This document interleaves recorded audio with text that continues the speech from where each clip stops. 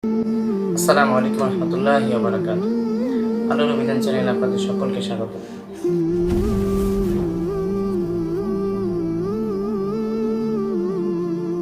লজ্জাশীলতা ও চরিত্র গঠনের সহায়ক এমন 10টি কোরআনের আয়াত।